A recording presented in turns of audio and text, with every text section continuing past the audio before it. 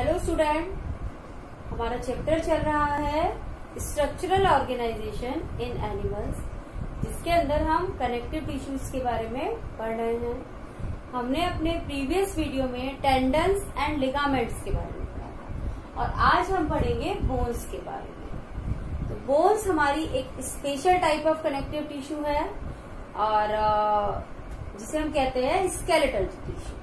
तो बोन्स क्या है? एक स्केलेटल टिश्यू है। अब यहाँ हमने एक लॉन्ग बोन का डायग्राम बनाया है और उसमें मैं आपको समझाऊंगी कि बोन्स के अंदर क्या क्या डिफरेंट पार्ट्स होते हैं और वो किस तरीके से अरेंज होते हैं। ये हमारी एक लॉन्ग बोन है। बोन को हम टू पार्ट्स के अंदर डिवाइड कर सकते हैं। एक उसका हेड पार्ट है और एक उसका शाफ्ट पार्ट है। जो हेड पार्ट होता है वो एंड्स पर, किनारों वाला जो पार्ट है वो हेड पार्ट है और जो बीच वाला नैरो पार्ट है, पतला पार्ट है, उसे हम कहते हैं शाफ्ट। हेड को हम एपिफाइसिस भी कहते हैं और ये जो शाफ्ट रीजन है इसे हम डायफाइसिस भी कहते हैं।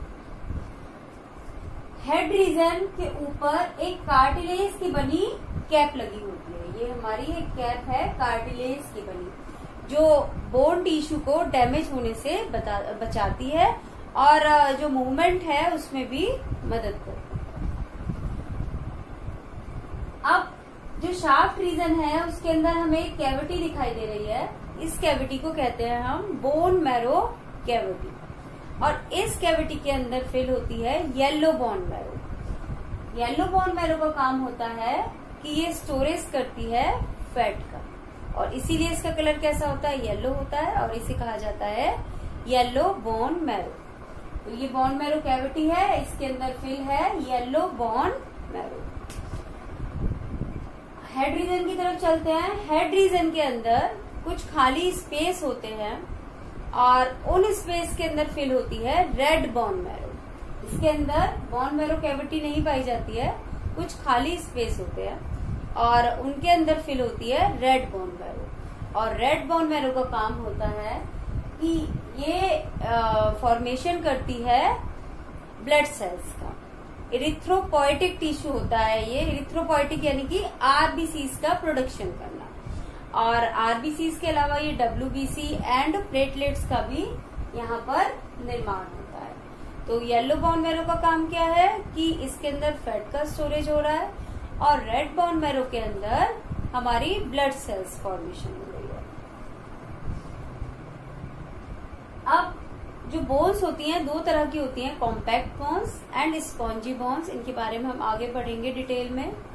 तो जो हेड पार्ट है वो स्पॉन्जी बोन का बना होता है और जो डायफाइसिस पार्ट है यानी शाफ्ट वाला रीजन है वो बना होता है कॉम्पैक्ट बोन का। अब शाफ्ट रीजन के अंदर हमें कुछ कैनाल्स दिख रही हैं। ये कैनाल्स कहलाती हैं हेवर्शियन कैनाल और ये कैनाल आपस में एक दूसरे से जुड़ी होती हैं और जिन कैनाल्स के द्वारा ये आपस में जुड़ी होती हैं उन्हें हम कहते हैं वॉकमैन्स कैनाल। और हेवर्शियन कैनाल केवल कॉम्पैक्ट बोन के अंदर ही पाई जाती है, स्पॉन्जी बोन के अंदर ये नहीं पाई जाती है। और इनका काम ये होता है कि ये न्यूट्रिशन प्रोवाइड करती हैं बोन्स को। बोन्स की जो सेल हैं, बोन्स के अंदर जो मैट्रिक्स होता है वो बहुत हार्ड होता है, तो इसीलिए वहां पर ब्लड वेसल्स की और नर्व्स की सप्लाई बहुत मुश्किल होती है। तो ब्लड वेसल और नर्व्स कहाँ से जाती हैं? हेवर्शियन कैनाल से होकर पूरी बोन्स के अंदर फैली हुई होती हैं और बोन्स को न्यूट्रिशन प्रोवाइड करती हैं। ऑक्सीजन है, न्यूट्रिटिव मटेरियल है, ये सब उसको प्रोवाइड करती हैं। तो इस तरीके से ये हमने एक लॉन्ग बोन का स्ट्रक्चर देखा। इसके मिडिल पार्ट के अंदर कॉम्पैक्ट बोन होती है और मिडिल पार्ट को हम कहते हैं डायफाइसिस। इसका जो हेड रीजन है वो उसे हम कहते हैं एपिफाइसिस और मिडिल पार्ट के अंदर मिडिल पार्ट जो होता है कॉम्पैक्ट बोन से बना होता है और हेड पार्ट स्पॉन्जी बोन से बना होता है। हेड पार्ट के अंदर रेड बोन मैरो पाई जाती है और मिडिल पार्ट के अंदर येलो बोन मैरो पाई जाती है। हेड पार्ट के ऊपर कवरिंग होती है कार्टिलेज की और ऐसा कुछ हमारे शाफ्ट वाले रीजन में नहीं होता है। तो अगर हम बोन की टीएस करें, उसको काटे, ट्रांसवर्स सेक्शन काटे मिडिल से, तो हमें कुछ ऐसा स्ट्रक्चर दिखाई देगा। मिडिल से काट रहे हैं तो यहाँ क्या होगा, बोन मैरो कैविटी होगी, और बोन मैरो कैविटी के अंदर फिल होगी येलो बोन मैरो। और ये जो चारों तरफ दिखाई दे रही हैं, ये जब हम काटेंगे तो हेवर्शियन कैनाल हमें इस तरीके से दिखाई देगी। तो हम इस बोन को ऐसे भी समझ सकते हैं, मिडिल में है हमारी बोन मैरो कैविटी और उसके चारों तरफ अरेंज है हमारी हेवर्शियन कैनाल। इसके अंदर हम वॉक्समैन कैनाल को नहीं दिखा पा रहे हैं, क्योंकि वॉक्समैन कैनाल बीच बीच में होती है, वो पूरी लंबाई में नहीं होती है, और हेवर्शियन कैनाल पूरी लंबाई में होती है। तो ये है हमारा स्ट्रक्चर बोन का।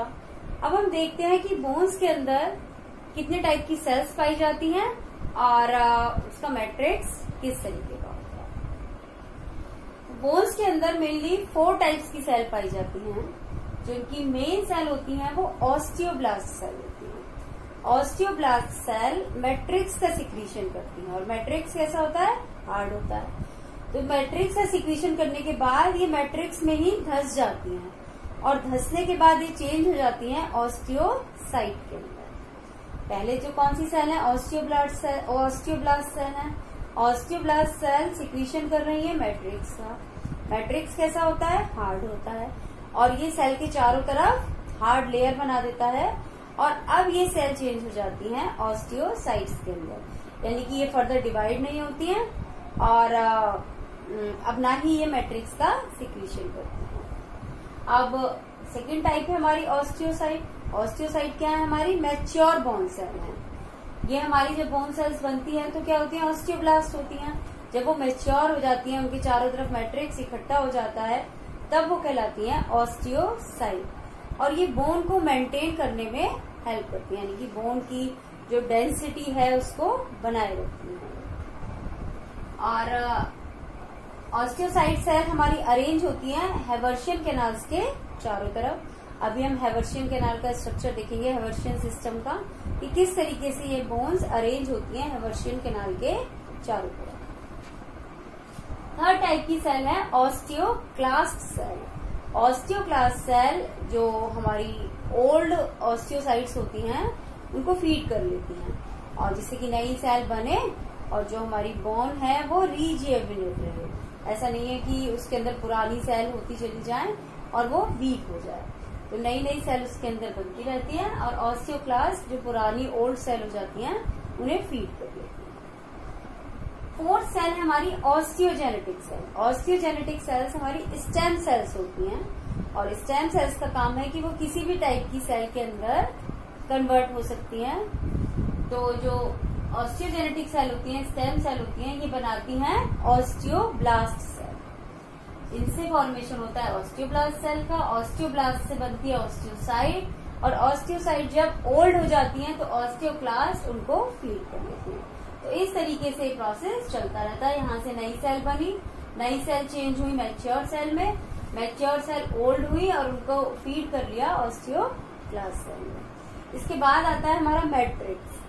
जो मैट्रिक्स होता है बोन्स के अंदर वो हार्ड होता है और नॉन फ्लेक्सिबल होता है, एक सीमेंट की तरह होता है, वो सीमेंट जैसी लेयर बना देता है, हार्ड लेयर। इसके अंदर कोलेजन फाइबर भी प्रेजेंट होते हैं। कोलेजन फाइबर कैसे होते हैं, नॉन इलास्टिक ही होते हैं। इसके अलावा ये 2 पार्ट से मिलकर बनी होती है। एक ऑर्गेनिक पार्ट होता है जो कि प्रोटीन होता है, और एक इनऑर्गेनिक सॉल्ट्स होते हैं। ऑर्गेनिक पार्ट के अंदर जो प्रोटीन है वो होता है ओसीन। जो हमारी बोन्स हैं, बोन्स के अंदर प्रोटीन जो पाया जाता है वो होता है ओसीन प्रोटीन, और जो सॉल्ट पाए जाते हैं वो है calcium phosphate and calcium carbonate. तो इस तरीके से जो टिश्यू है बोन, उसके अंदर सेल्स पाई जाती हैं और मैट्रिक्स पाए जाते हैं। अब मैं आपको बताऊंगी हेवर्शियन सिस्टम के बारे में, कॉम्पैक्ट और स्पॉन्जी बोन में क्या डिफरेंस होता है, और बोन्स के फंक्शंस का। ओके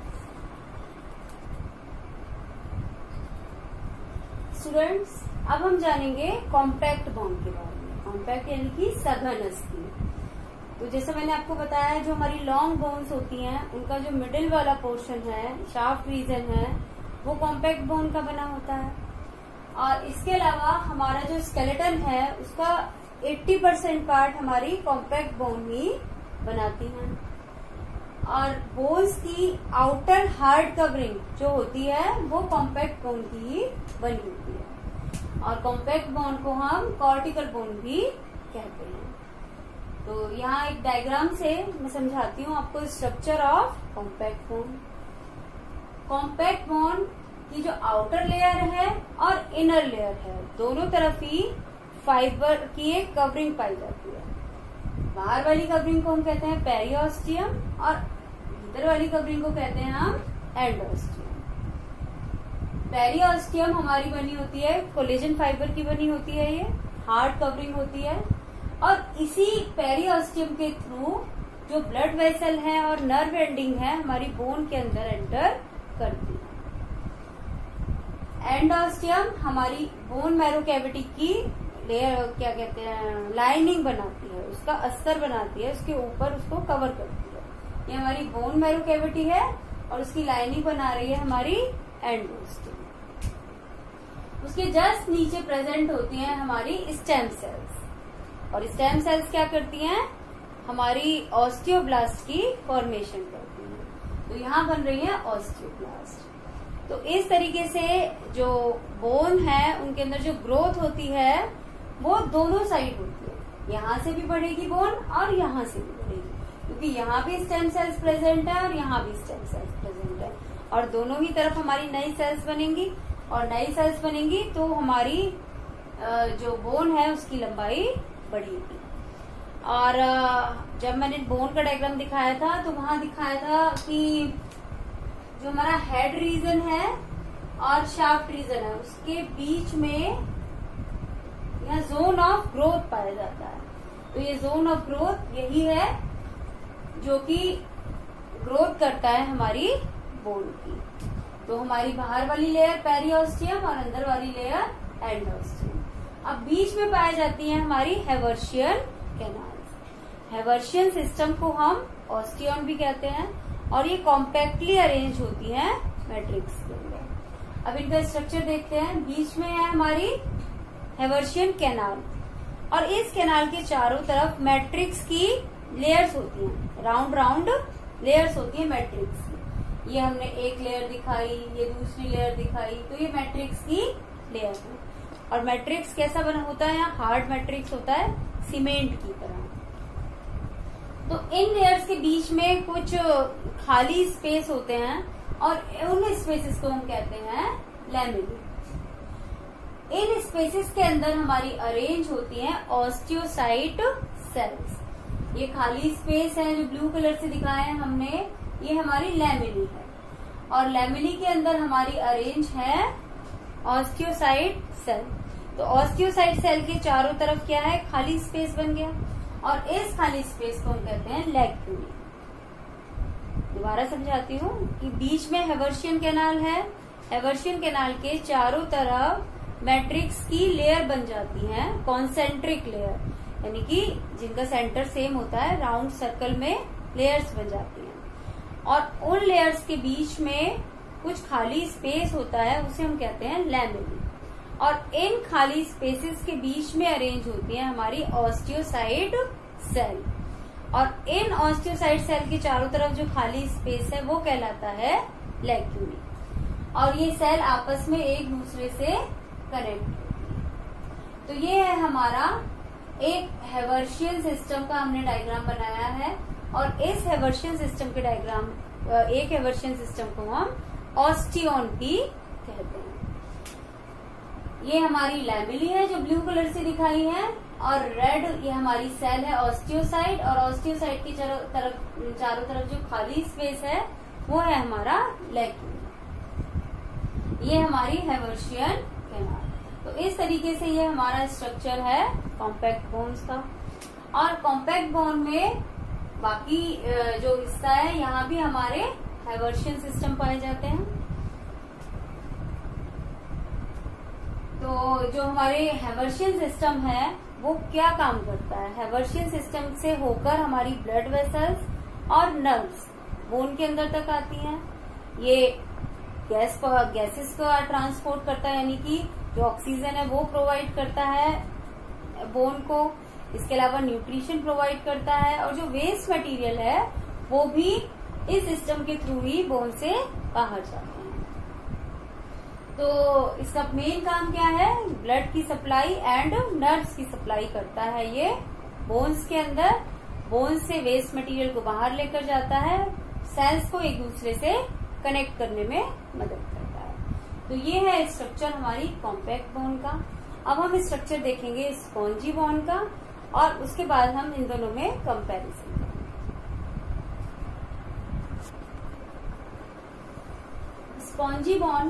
स्पॉन्जी बोन को हम कैंसिलस बोन भी कहते हैं, और ये पाई जाती है हमारे रिब्स में, हमारी फ्लैट बोन्स में, और जो लंबी बोन्स हैं उनके हेड यानी कि एपिफाइसिस पार्ट में।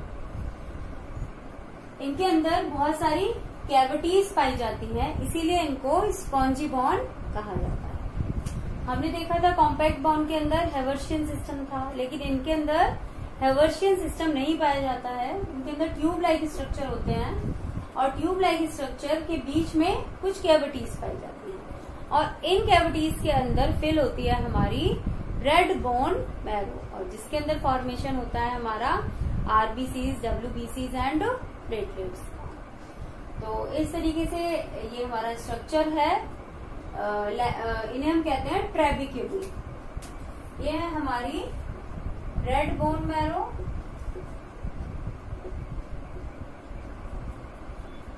और ये है हमारी ट्रेबेक्यूली।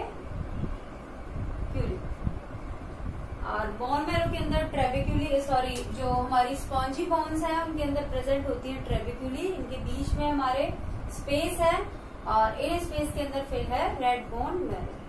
तो इस तरीके से हमने स्पॉन्जी बोन देखी, कॉम्पैक्ट बोन देखी, और अब हम देखेंगे comparison between spongy and compact. Okay,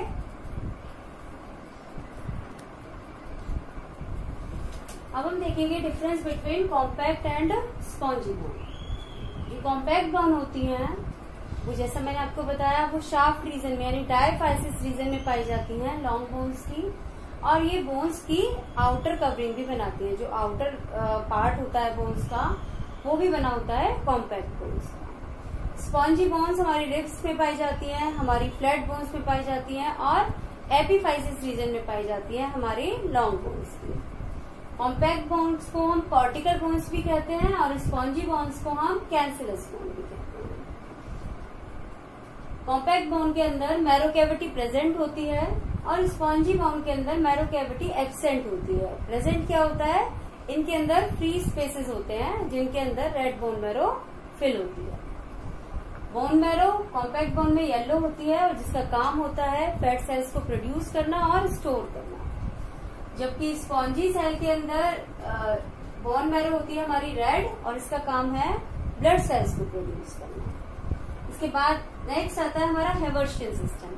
compact bone के अंदर हेवर्शियन सिस्टम प्रेजेंट होता है, जिसके बारे में हमने पढ़ा, और स्पॉन्जी बोन के अंदर ये प्रेजेंट नहीं होता है। इनके अंदर ट्यूब लाइक स्ट्रक्चर होते हैं जिन्हें हम कहते हैं ट्रेबिक्यूली, और इनके बीच में कुछ कैविटीज होती हैं, जिसके कारण ये स्पॉन्जी होती है। कॉम्पैक्ट बोन हमारी टफ होती है, थोड़ी हैवी होती है, जबकि जो स्पॉन्जी बोन है वो हमारी लाइट होती है, इनके अंदर कैविटी प्रेजेंट होती है। तो इस तरीके से डिफरेंस है हमारे कॉम्पैक्ट और स्पॉन्जी बोन के अंदर। और अब हम देखेंगे फंक्शंस ऑफ बोन्स। अब हम देखेंगे फंक्शंस ऑफ बोन्स। तो बोन्स का मेन फंक्शन है कि हमें मूवमेंट एंड लोकोमोशन में हेल्प करती है, हमें चलने में और मूव करने में मदद करती है। नेक्स्ट है हमारा प्रोवाइड फ्रेमवर्क टू बॉडी। जो बोन्स हैं हमारी बॉडी को स्ट्रक्चरल प्रोवाइड करते हैं। स्ट्रक्चर जो है हमारी बॉडी का बोन्स की वजह से ही, अगर बोन्स नहीं होंगी तो हमारी बॉडी को फ्रेमवर्क नहीं मिलेगा, स्ट्रक्चर नहीं मिलेगा। इसके अलावा मसल्स भी हमारी बोन से जुड़ी होती हैं। जो स्केलेटल मसल है वो बोन से जुड़ी होती है और मूवमेंट में मदद करती है। इसके अलावा जो बोन्स हैं हमारे इंटरनल डेलिकेट जो ऑर्गन्स हैं उनको प्रोटेक्ट करती हैं। जो हमारे डेलिकेट टिश्यू होते हैं, ऑर्गन्स होते हैं, उन्हें प्रोटेक्ट करती हैं, सपोर्ट भी करती हैं और प्रोटेक्ट भी करती हैं। तो इस तरीके से कुछ मेन फंक्शन है बोन्स के। तो आज हमने बोन का स्ट्रक्चर देखा, हमने देखा कितने टाइप की सेल्स पाई जाती हैं, उनका मैट्रिक्स किस तरह का होता है, कॉम्पैक्ट एंड स्पॉन्जी बॉन्ड का स्ट्रक्चर देखा, हैवर्शियन कैनाल्स के बारे में जाना। तो इस तरीके से ये हमारा टॉपिक आज पूरा हो गया है बोन्स का। तो आशा करती हूँ आप लोगों को समझ में आया होगा।